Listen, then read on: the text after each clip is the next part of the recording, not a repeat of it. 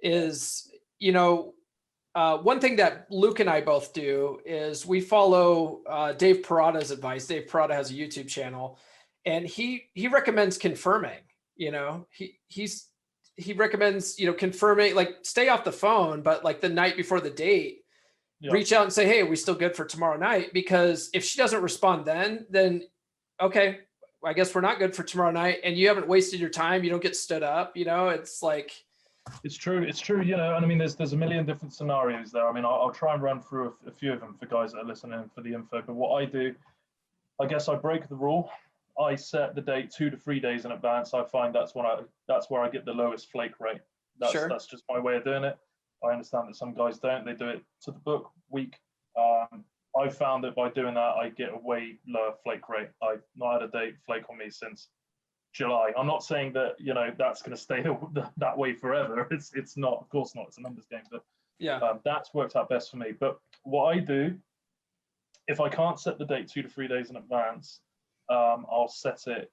Yeah, I will set it a week in advance. But what I'll do midweek is I'll hit them up, not with a boring "Hi, how are you?" I'll send them like a video of something funny, something that I'm doing that's happened at work that's funny, like a character fucking up in the game engine in a funny way.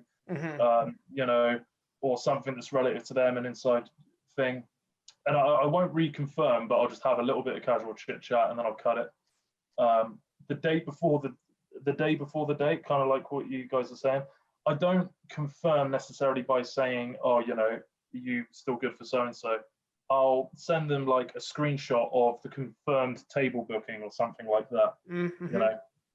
I'll send them that to let them know that I have, confirmed that day. And a lot of people think, oh, that kills the mystery, that kills the anticipation. It doesn't, because if you've done your job right all the way up until then, they've got that good amount of mystery, but you've given them a good amount of confirmation as well to take you seriously.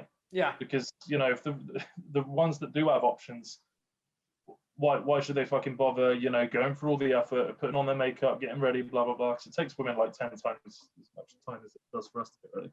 Why should they bother? Why should they bother if it's not definite? And I spoke to Luke recently about this as well. He was going on a date. I can't remember exactly, but it was something like 20 miles away. So he'd have had to drive there to meet this girl. She had to drive there as well, but it would take her less time to get there. So I said, right, well, here's what you do, man. You get her to message you when she's heading off. And if she doesn't message you and she's heading off, then that's your go-to. If she's like, where are you? Or whatever, then you say, oh, shit, I didn't know if you were coming. I expected you to message me.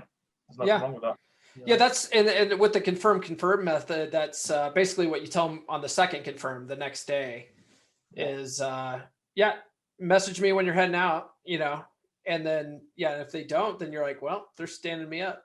But they're less likely to do it. If they're gonna flake, they'll usually just blow you off on that first message the night before, I found.